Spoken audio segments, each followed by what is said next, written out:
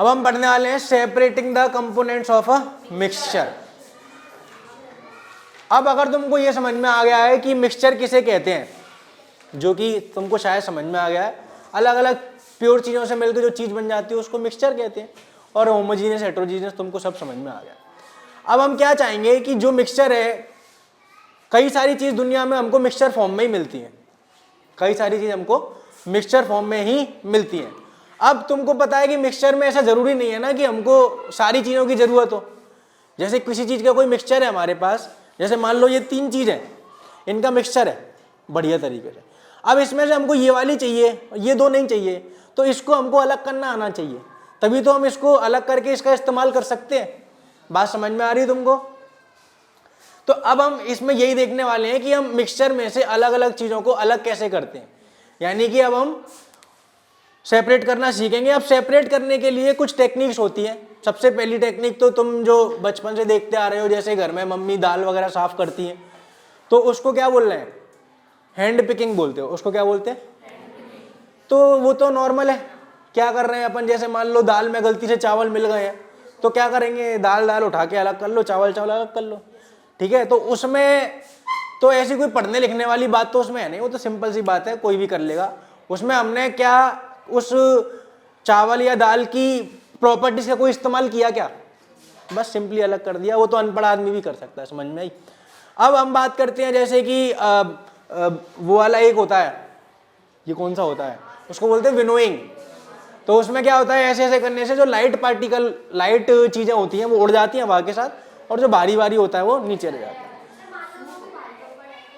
तो बेटा फिर उसको ऐसे ऐसे नहीं करेंगे, फिर कुछ और करेंगे ना। ये किसने कह दिया कि दुनिया में सभी चीजों को ऐसे ऐसे ही अलग करना है? ऐसा तो नहीं है ना। हाँ, अब एक ये हो गया, इस तरीके से भी हम कर सकते हैं। क्या इसमें भी हमने कोई प्रॉपर्टी का इस्तेमाल किया? ये भी कोई भी कर लेगा। अब एक होता है, जैसे हम चाय पीते हैं या फिर जो भी हम चीज छानते हैं, उसको क्या बोलते हैं? फिल्ट्रेशन। तो उसमें भी कोई ऐसी चीज नहीं है, मतलब उसमें भी अभी तक हमने कोई प्रॉपर्टी का इस्तेमाल नहीं करा। समझ में आई? तो ये सब जो टेक्निक्स हैं वो कैसी हैं? बहुत पुरानी है, काफी पहले से चली आ रही हैं। अब हम जो देखेंगे वो नई टेक्निक्स हैं, मतलब नई बोले तो जिसमें हम प्रॉपर्टीज का इस्तेमाल एक्चुअली में करेंगे। जैसे कि मैंने तुमको बताया था सेंट्रीफ्यूगेशन। सेंट्रीफ्यूगेशन में बेसिकली हम, मतलब वो हर कोई नहीं कर सकता, जिसको पता होगा कि इसको घुमाने से कुछ होगा तभी वो कर पाएगा। समझ में आई? तो सबसे पहले हम देख रहे हैं कि how can we obtain coloured component from blue black ink. तो तुम देखो कि जो इंक अपने पेन के अंदर होती है, ब्लू कलर की या ब्लैक कलर की इंक, एक्चुअली में एक मिक्सचर है। किसका मिक्सचर है? डाई का। डाई जो कलर आता है, डाई का मिक्सचर है पानी के साथ। डाई का मिक्सचर है पानी के साथ। अब वो मिक्सचर है, अब हम उसको अलग करना चाह रहे हैं, डाई अलग करना चाहते हैं, पानी अलग करना चाहते हैं। तो उसके लिए क्या कर रहे हैं वो समझो। पहले ये बताओ, समझ में आ गया हम क्या पढ़ने वाले हैं, कि मिक्सचर को अलग कैसे करेंगे। ठीक, अब सबसे पहले देख लेते हैं। तो तुम देखो कि इस वाले सेटअप में वो क्या कर रहा है, वो क्या बोलते हैं, इंक में से डाई को अलग करेगा, पानी को अलग करेगा। तो सबसे पहले तुम देखो क्या किया उसने, एक बीकर लिया है, उसमें पानी भरा है, और उसके ऊपर एक कटोरी सी है, उसके अंदर उसने क्या डाल रखी है? इंक डाल रखी है। समझ में आई? अब तुम देखो कि जो डाई है और जो पानी है, उन दोनों के बॉइलिंग पॉइंट में डिफरेंस होगा, हाँ या ना? देखो हर किसी की प्रॉपर्टीज अलग अलग होती हैं, किसी का बॉइलिंग पॉइंट कुछ होता है, किसी का बॉइलिंग पॉइंट कुछ होता है। तो सबसे पहले तो एक चीज समझो कि जब भी हम मिक्सचर को सेपरेट करना चाह रहे हैं तो उसमें हम उनकी प्रॉपर्टीज के डिफरेंस का इस्तेमाल करेंगे। क्या बोला? प्रॉपर्टीज के डिफरेंस का इस्तेमाल करेंगे। प्रॉपर्टीज के डिफरेंस का मतलब समझते हो कि जैसे मान लो अपने पास कपूर है और कपूर के साथ मान लो दाल मिली हुई है, मान लो कहने के लिए, तो अगर हम इसको गर्म कर देंगे तो कपूर का क्या होगा? उड़ जाएगा। तो तुम बताओ कि कपूर अलग हो गया, दाल अलग हो गई। तो अगर हमको इस प्रॉपर्टी का इस्तेमाल करना आता है तो क्या हमने सेपरेट कर लिया है? समझ में आई? इस तरीके से। और तुम देखो कि डेली लाइफ में भी, मतलब नॉर्मल लाइफ में भी कितनी सारी सेपरेशन की चीजें होती हैं। जैसे कि तुम बताओ, जैसे आईएएस का एग्जाम है, आईएएस का एग्जाम गधे घोड़े सब देना चाहते हैं। क्या हो गया बेटा, अपने ऊपर मत ले मैंने घोड़े की बात करी है, ये गधे समझ रहे हैं, मैंने नहीं बोला गधा, ठीक है? मैंने तो तेरे को घोड़ा समझा है तो आईएएस का एग्जाम जो है वो गधे घोड़े सब देना चाहते हैं, और ये बात जो जो एग्जाम ले रहे हैं उनको भी पता है।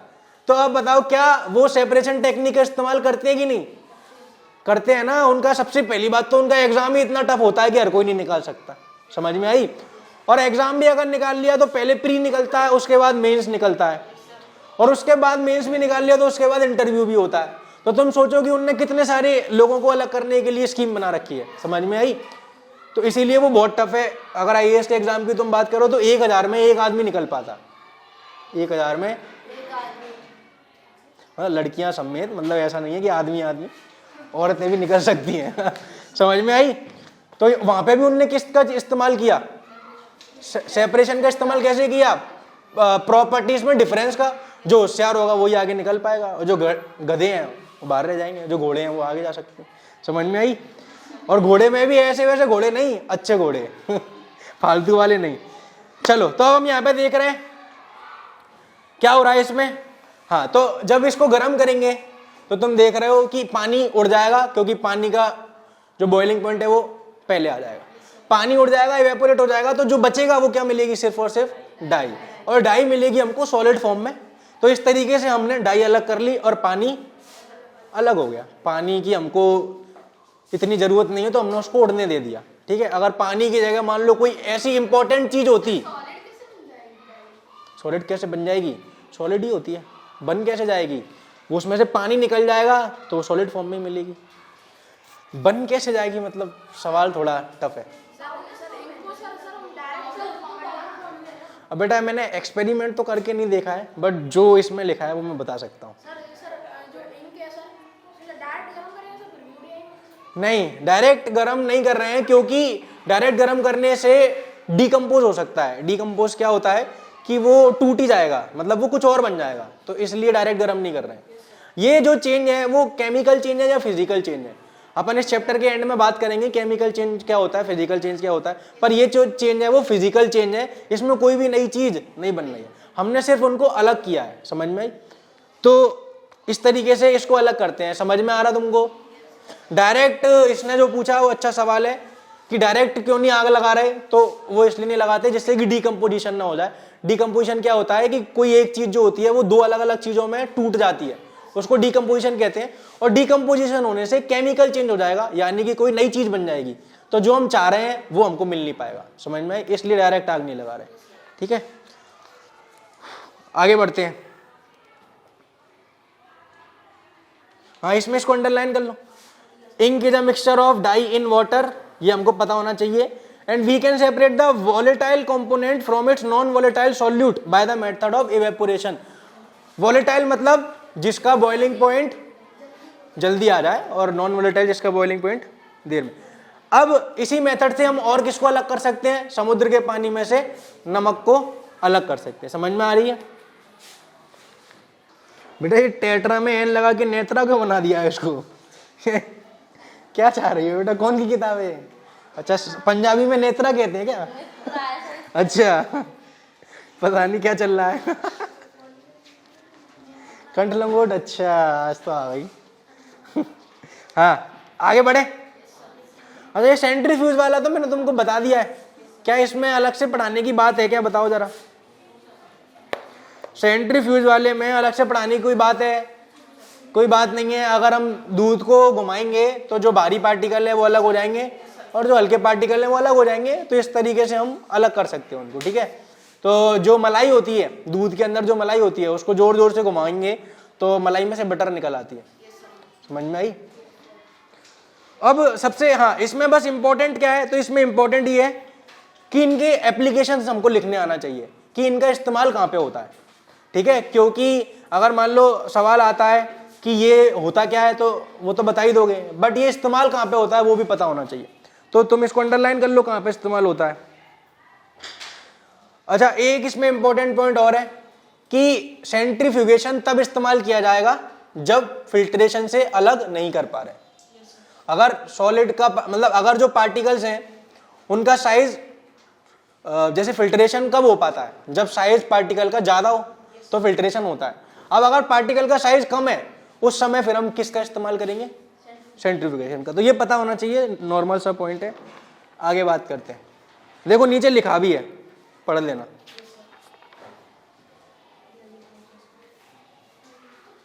हाँ, इसके बाद ये एप्लीकेशन है, इनको अंडरलाइन कर लेना, वेरी इंपॉर्टेंट मार्क कर लेना। डायग्नोस्टिक लाइब्रेरी जैसे मुरैना में वो यादव पैथोलॉजी वाला हैगा, ऐसी लेबोरेटरीज को डायग्नोस्टिक लाइब्रेरी बोलते हैं, डायग्नोस्टिक लैब बोलते हैं, जिसके अंदर जो भी हम सैंपल वगैरह देते हैं, जैसे अपन ने खून का सैंपल दिया या फिर यूरिन का सैंपल दिया, तो वो चेक करके बताएगा कि इसमें क्या दिक्कत है और क्या नहीं है, उसकी मदद से बताते हैं। वॉशिंग मशीन, हाँ वॉशिंग मशीन देखिए सबने? क्या? अरे यार नहीं देखी हो, कौन सी बड़ी बात है उसमें। तो वॉशिंग मशीन के अंदर तुमने अगर देखी हो तो उसके अंदर एक वो सिलेंडर सा रहता है जिसको गोल गोल घुमा सकते हैं। बिजली से तो घूमता ही है, पर हाथ से घुमाने में बड़ा मजा आता है, ऐसे हाथ से पकड़ के ऐसे घुमाओ। तो उसमें क्या होता है, उसका काम क्या होता है, कपड़े सुखाने का काम होता है, और उसके अंदर छोटे छोटे छेद भी होते हैं। तो तुम सोचो कि उसमें से कपड़े कैसे सूख जाते हैं? पानी खींचता है, फेंकता है बेटा, खींचता होगा तो सूखेंगे थोड़ी ना, और गीले हो जाएंगे। कोई बात नहीं, हो सकता है पंजाबी मशीन ऐसी आती हो। तो उसके अंदर क्या होता है, देखो जब हमने उसके अंदर कपड़ा डाला तो गीला कपड़ा डालेंगे, है ना, सूखा डालेंगे तो फिर फायदा ही क्या है, गीला कपड़ा डालेंगे, और गीला कपड़ा डालेंगे तो वो जोर जोर से घूमेगा। अब तुमको मैंने बताया कि जब भी कोई चीज जोर जोर से घूमती है कि जो हैवी पार्टिकल होते हैं वो बाहर जाना चाहते हैं, क्योंकि उन पे फोर्स लगता है, तो उन छेद के थ्रू पानी बाहर चले जाएगा, इस तरीके से सूख जाएंगे। बेटा कपड़े कैसे बाहर चले जाएंगे? मतलब ये कौन सी बात है कि कपड़े और पानी दोनों ही बाहर चले गए? अरे समझ में आ रहा है? आज घर पे जाके देखना, वॉशिंग मशीन हैगी ना घर पे? मम्मी, हाँ तो क्या हुआ, कर देना, उसमें तुमको थोड़ी ना कुछ करना है, वो तो वॉशिंग मशीन करेगी, तुमको तो घटका चलाना है बस। मजा नहीं आता? चलो आगे बात करें। अब आगे बात करते हैं, अब हमको सेपरेट करना है। क्या हो गया बेटा? थोड़ा मातम में से लग रहा है, ऐसा कुछ हो गया है क्या? सुबह नाश्ता नहीं दिया मम्मी ने, तो आज डोल नहीं पाया आते में, क्या हो गया? बड़े दुख में लग रहा है तू मेरे को। कोई ऐसी वैसी समस्या तो नहीं है? बड़ा भाई समझ के बता दियो।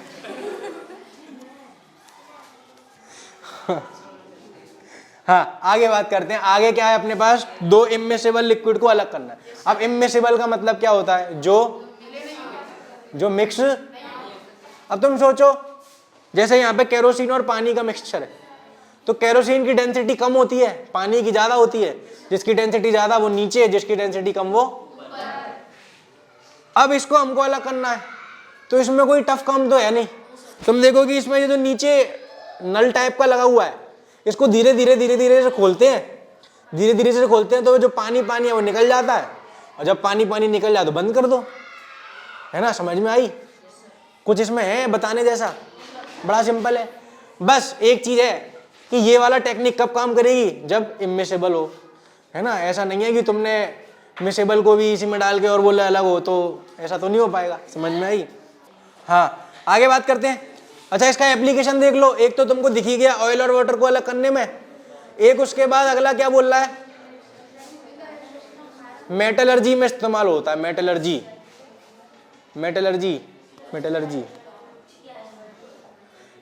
क्या है मैं बताता हूं। अगला इस्तेमाल देखो पहले, मेटलर्जी क्या है सुनो। अपने आसपास की दुनिया में क्या मेटल्स हैं, और बहुत सारे हैं और बहुत यूजफुल हैं। अब क्या होता है कि जितने भी मेटल्स हैं, जैसे कि अब बात करो आयरन की बात करो, एल्यूमिनियम की बात करो, कॉपर की बात करो, जिंक की बात करो, सिल्वर की बात करो, गोल्ड की बात करो बस। समझ में आई? तो जितने भी मेटल्स हैं वो क्या होते हैं कि मेटल्स ना काफी रिएक्टिव होते हैं, तो वो हमको प्योर फॉर्म में नहीं मिलते, तो अगर मेटल पर हमारे लिए जरूरी तो है, तो हमको क्या करना पड़ता है, उनको अलग करना पड़ता है। तो मेटल जिस चीज से मिलता है उसको बोलते हैं ओर, ज्यादातर ओर में से मेटल मिल जाते हैं, तो ओर में से मेटल को अलग करना पड़ता है। इस प्रोसेस को मेटलर्जी बोलते हैं। और मेटलर्जी इतना इंपॉर्टेंट और इतना बड़ा टॉपिक है कि मेटलर्जी के ऊपर कॉलेज में इंजीनियरिंग के अंदर एक अलग से ब्रांच होती है। जैसे आईटी की एक ब्रांच है, कंप्यूटर की एक ब्रांच है, सिविल की ब्रांच है जिसमें बिल्डिंग वगैरह के बारे में बताते हैं, जो कि मैंने कर रखी है।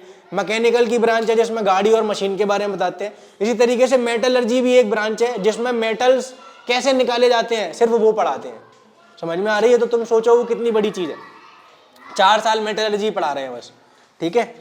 तो हाँ, तो मेटल जब निकालते हैं तो क्या होता है कि काफ़ी इम्प्योरिटीज हो जाती हैं और उसको स्लैग बोल रहे हैं।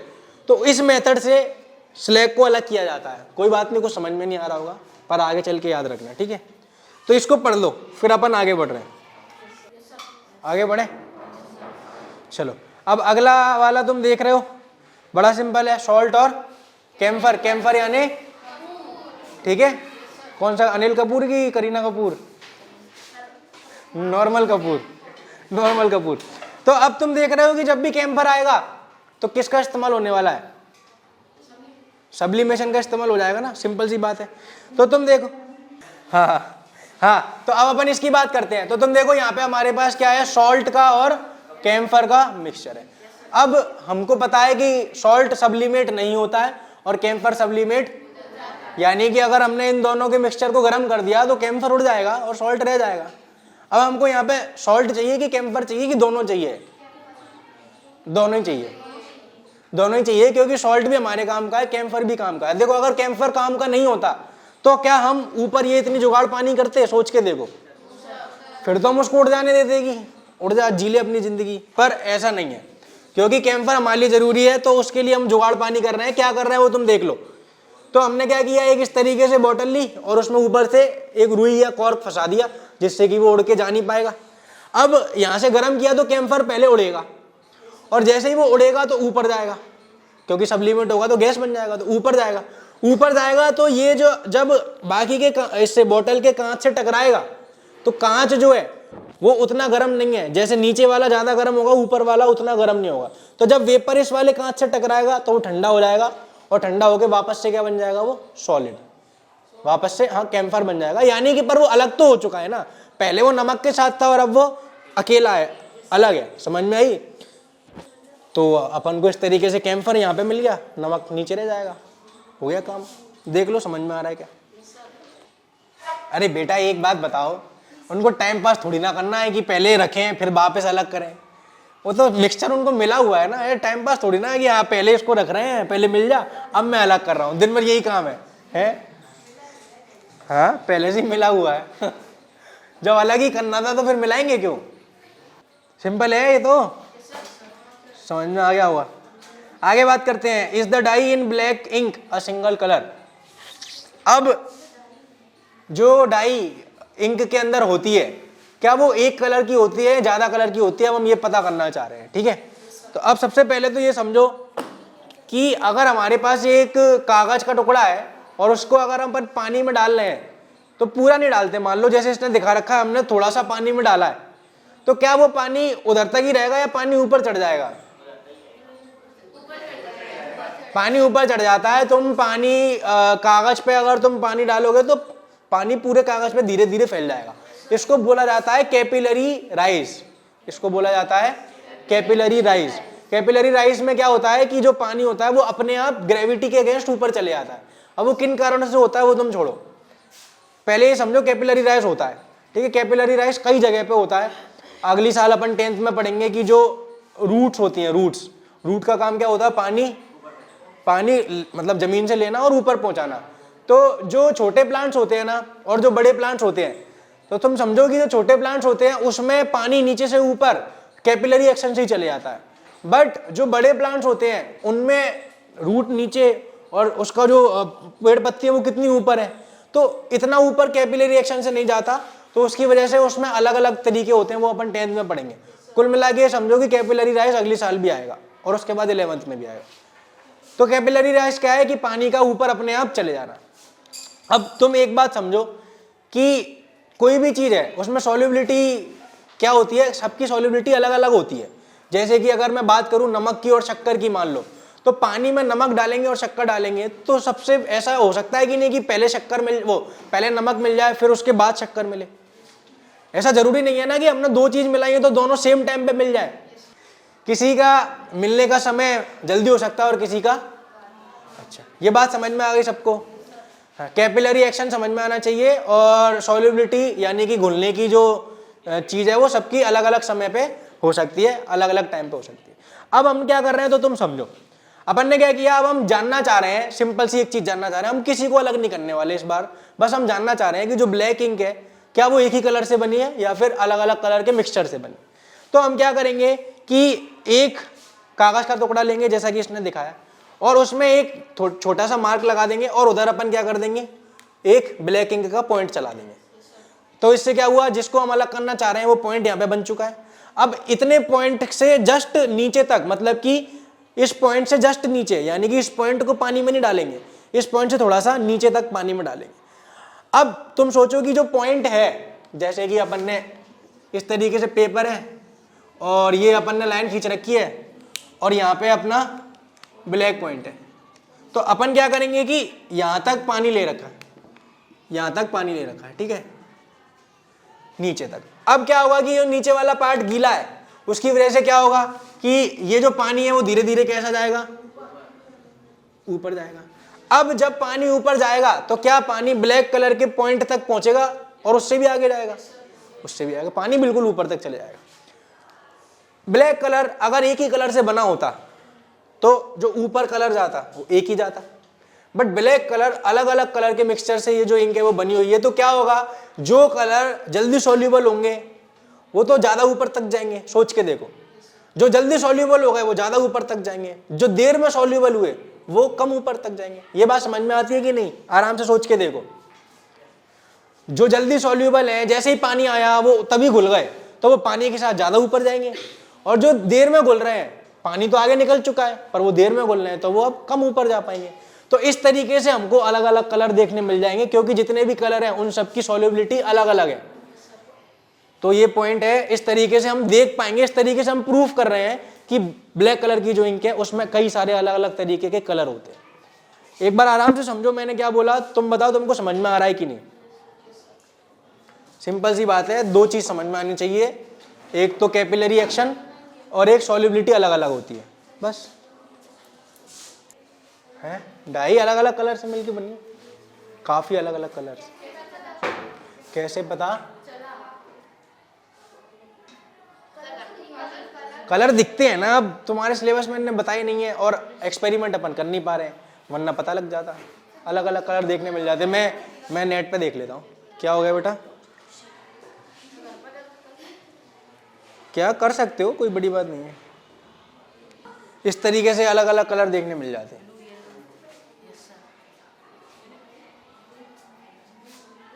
दिख रहे हैं, अलग अलग कलर दिख रहे हैं। जैसे जैसे पानी ऊपर गया है वैसे वैसे तुमको अलग अलग कलर देखने मिल रहे होंगे।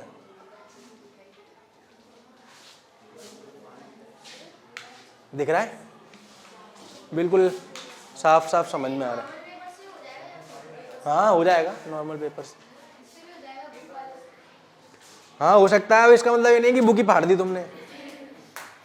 देखो दिख रहा है तुमको, अरे क्या हुआ बेटा, मेरे को नहीं देखना।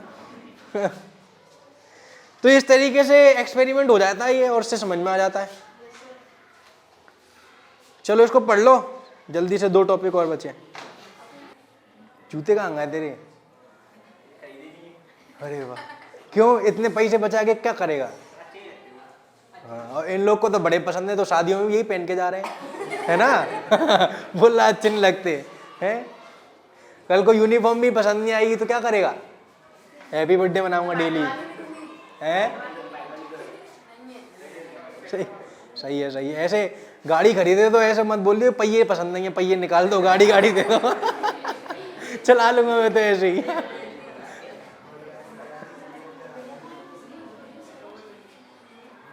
हाँ, क्रोमा एक ग्रीक शब्द है जिसका मतलब होता है कलर। इस प्रोसेस को क्रोमेटोग्राफी बोलते हैं, ठीक है। ड्रग्स क्या है सब पता है, सब पता है तुमको ड्रग्स क्या होता है, हैं? शकल से तुम लग रहे हो कि तुमको पता है, लेने वाले नहीं। अरे ड्रग्स ड्रग्स होते हैं, और ड्रग्स दवाइयों को भी ड्रग्स बोला जाता है, और जो नशीले पदार्थ हैं उनको भी ड्रग्स बोला जाता है। क्यों पंजाबन सही बोल रहा हूँ? क्योंकि पंजाब जो है उसमें सबसे ज़्यादा ड्रग्स पाए जाते हैं। ये मैं तेरे ऊपर नहीं बोल रहा, मैं मजाक नहीं कर रहा। तो तुमने पिक्चर भी देखी होगी उड़ता पंजाब, क्योंकि पंजाब जो है, पंजाब में सबसे ज़्यादा लोग जो है वो नशे की चपेट में है, तो ड्रग्स बोला जाता है। जैसे कि जो इंजेक्शन का नशा करते हैं वो ड्रग्स हो गया, और कोकेन। हाँ अरे इंजेक्शन में वो एक, हाँ इंजेक्शन में दवाई भर के अलग से आती है, चिट्टा बोलते हैं उसको, चिट्टा। हाँ जो जिसने जो करे वो बता सकता है, बताओ बताओ।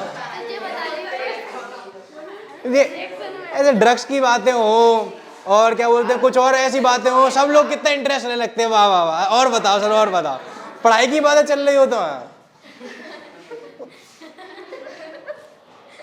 ये कौन सी बातें होती है बेटा? ऐसे इंटरेस्ट पढ़ाई में भी लिया करो ना।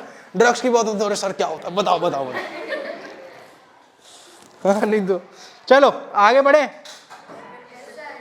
हाँ अब तुम ड्रग्स तक पहुंच ही गए, तो उसके आगे तो फिर वही है। तो आगे क्या है, सेपरेट करना हमको टू मिसिबल लिक्विड को। अब मिसिबल मतलब वो घुले हुए, ठीक है। अब सुन लो, अगर हमारे पास दो लिक्विड मिले हुए हैं तो उनको अलग करने के दो तरीके हैं, एक तो डिस्टिलेशन और एक फ्रैक्शनल डिस्टिलेशन। अब सुन लो, डिस्टिलेशन इज वेरी इंपॉर्टेंट। अब उसमें क्या है, वो सुन लो, वेरी इंपॉर्टेंट है क्योंकि पूछा जा सकता है। अब डिस्टिलेशन में क्या होता है कि जो भी दो लिक्विड है, अगर हमारे पास दो लिक्विड है, मान लो ए और बी, और हम इनको क्या करना चाहते हैं, अलग करना चाहते हैं, इनको जुदा करना चाहते हैं, तो अब इनके जो बॉइलिंग पॉइंट है, अगर इनके बॉइलिंग पॉइंट में 25 केल्विन या फिर 25 डिग्री सेल्सियस से ज्यादा का डिफरेंस है, तब तो हम डिस्टिलेशन इस्तेमाल करेंगे। सुन लो अभी, भगना मत। और अगर 25 से कम है तब क्या करेंगे,